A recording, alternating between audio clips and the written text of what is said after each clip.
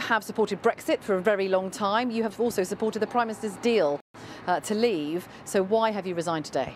Well, I think this week there's been an important and I think quite dangerous development, which is Parliament taking direct control of this process away from the government. And I've decided that I want to be able to participate in this debate. And the best way to do that is actually to leave the government, so I've got the freedom to act in these critical few weeks. And I think it would be highly dangerous for our country to go cap in hand to the European Union at the 11th hour and beg for an extension. We will be literally over a barrel of a gun. We have to have the confidence and courage to walk away without an agreement if we can't get the Prime Minister's deal through. You've talked about undignified retreats in the past. How do you think this whole thing has been handled? Do you think the Prime Minister could have done more to do this in a different way?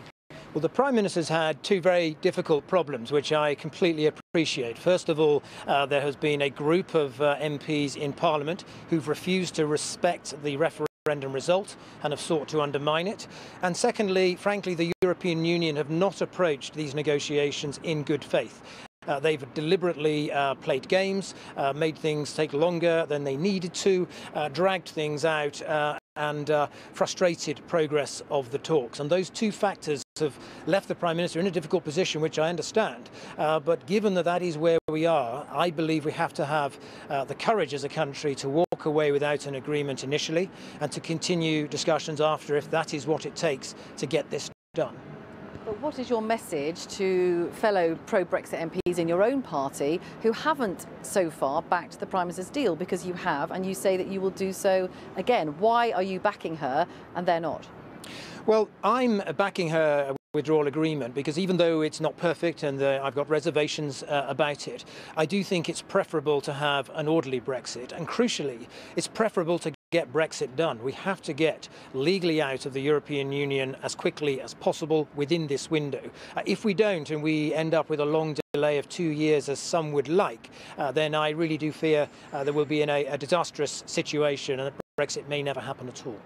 You think that if the Prime Minister was mandated by MPs effectively to ask for an extension, she wouldn't get the short extension that she says it would be?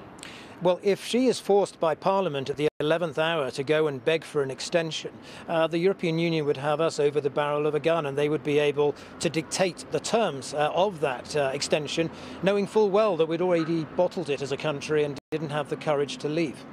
And what do you say to those in your own party, the so-called Remainers, those ministers, a large number of them, who have publicly said that they were willing to resign if the Prime Minister didn't act? Do you think they were right to do that?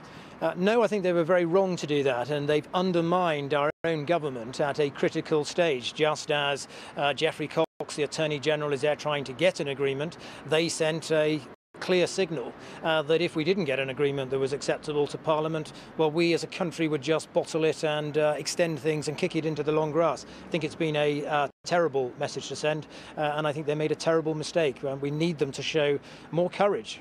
Okay. George Eustice, thank you.